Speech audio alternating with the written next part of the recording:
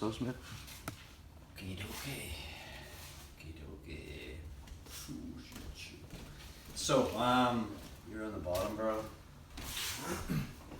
So, we looked last time at this knee push method of opening the guard. We're going to look at a reach back method. But without in a few more little details about posture. So, I mean, everyone talks about posture. Yeah, you need to be postured in the closed guard. But there's actually 3 stages, of posture when I'm inside Tyrone's closed guard here. Because obviously the best way to open the guard is standing. It's the most high percentage way. We just want to get into the habit of doing this.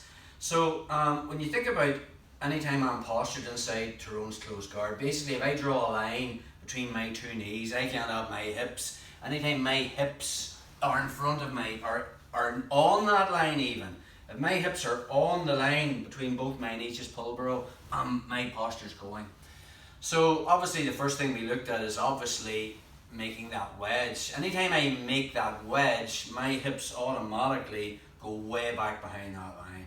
So that's another good reason of making that wedge. So when Tyrone pulls now, even if I really don't do too much, if you notice, let's turn this way, bro. You notice where my hips are compared to the front of my knees. There's a good space there. Whereas look what happens when my knees are just down here. Automatically my hips are coming forward. So the first thing we want to be thinking about when we're inside someone's closed guard and we're on our knees, we don't want those wedges. We also talked about how that was a good thing, because then when Tyrone actually lifts his hips and drops them down, they don't jackknife me and pull me forward. So now we also need to be, thinking about our hands. I cannot stay here. Right? I have to make grips, because Tyrone, if my hands aren't latched on, he's into these 2-on-1s. So we talked about last time how I just want to grab these lapels. And again, from there, once I make my wedges and I connect my elbows to the outside, there's my posture there. So it's somewhere between 45 degrees and 90 degrees. If you think there's 45 degrees and there's 90 degrees, when I'm on my knees and posturing, I'll be somewhere in this region here. But obviously we're not staying here, so that's the first posture. Now we want to make the transition to standing. So obviously we talked about this primary grip. We're looking for the secondary grip, which takes away 90% of his offense. And then from that position, I'm coming out my toes. Right? Then I make the 3 steps to the square stance. But halfway through these steps, my posture changes again. So when I actually put that foot up and flare this knee out, just turn this way, bro. So when I do 1, okay, as I take the next step up, look at my head. My head is over my hands. So there's my next posture break there. Again, somewhere between 45 and 90 degrees. Obviously I'm not at 90 degrees. That's 90 degrees vertical posture.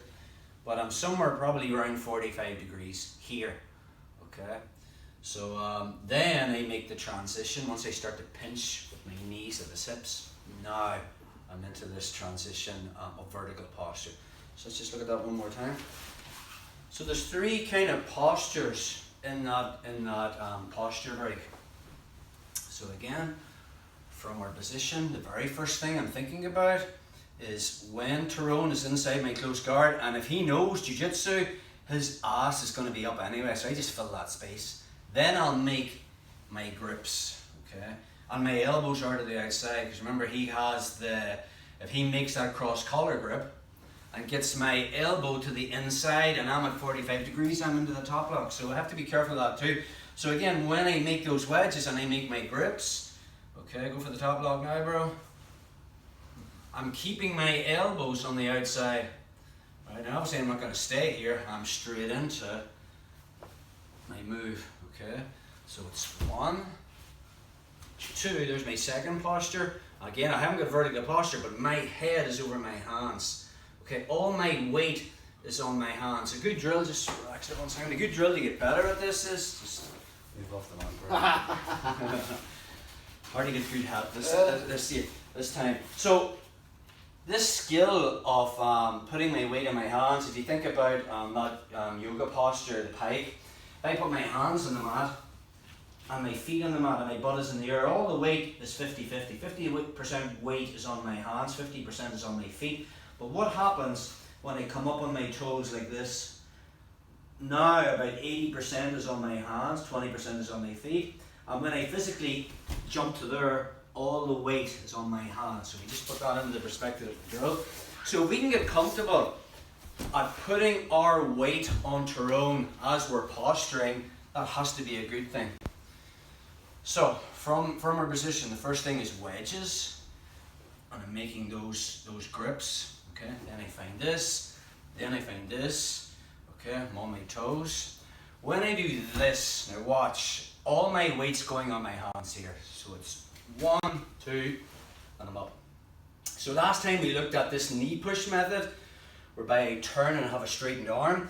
The other method, if I can't, because sometimes people, it's just a really tough guard to open, I'm just going to put my hand in between the legs. Now it starts off pointing my fist to the mat, but then I bring my arm up so it's parallel to the mat. So it's this, keep your legs crossed. Yep. And that, okay? Now this is where the difference is. When, just recross there, bro. When I do the knee push method, and I push, I control the inside space with my right knee. So the way I'm here, I'm continually inside, controlling that space.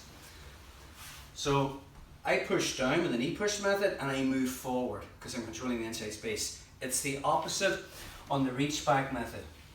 Because basically, Tyrone can bring his legs towards him and he's controlling the inside space, which means I need to move backwards. That's the difference. So from our position, wedges, grips, elbows to the outside. Look for my stand up move. We're here, okay? So if I try this and I can't work, let's turn this way, bro. Shot of my butt.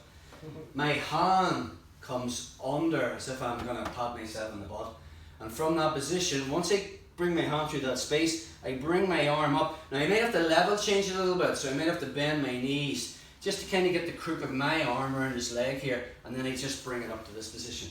Now immediately, because I'm not controlling that space, Tyrone can bring his knees towards his chest, and that's really bad for me. So the way he's here, and now I'm in no man's land here.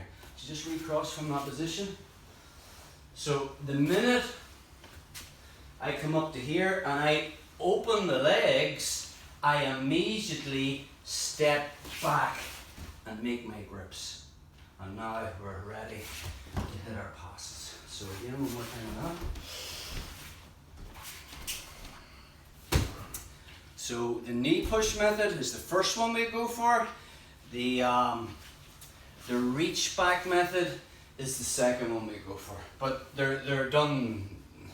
The steps involved in standing up inside the close guard are exactly the same.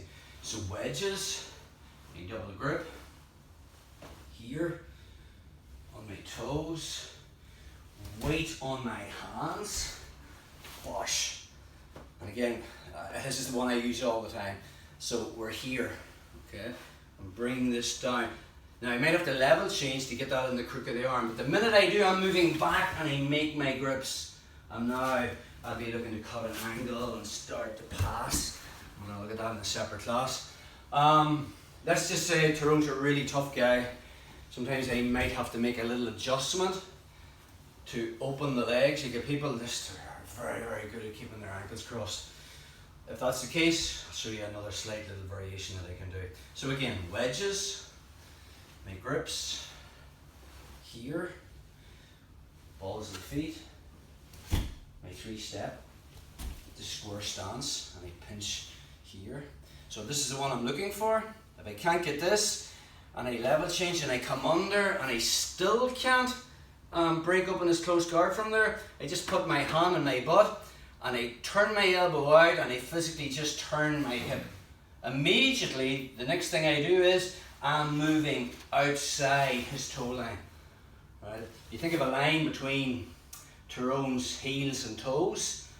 I never want my legs inside that, because then he can make grips and stuff. Yeah, and that's going to really mess me up. So I make my grips and I end up here. How's that feel, bro? And now I can start to play the game and start to pass. I mean, obviously to pass I will have to move in, but I'll move in when I decide and not when Tyrone decides to. So this is the position I want to end up here. So that second movement, I put my hand in. The first one is, hand comes in, get this parallel with the mat, and then it's just a bicep curl to open it up. The second one is, if I can't even get my arm up, I just turn my hip, my hand's here, and I'm just physically turning my hip. And you'll find your second hip is also opening the legs as well. So, let's drill that, bro.